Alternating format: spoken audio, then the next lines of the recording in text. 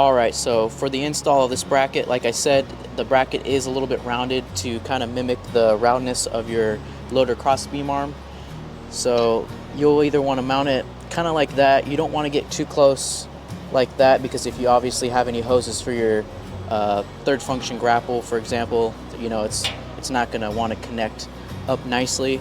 So just kind of keep into consideration when you're orientating that and running those clamp brackets through that we have right here around the arm. And for this, an 8mm socket will get the job done with these gear clamps.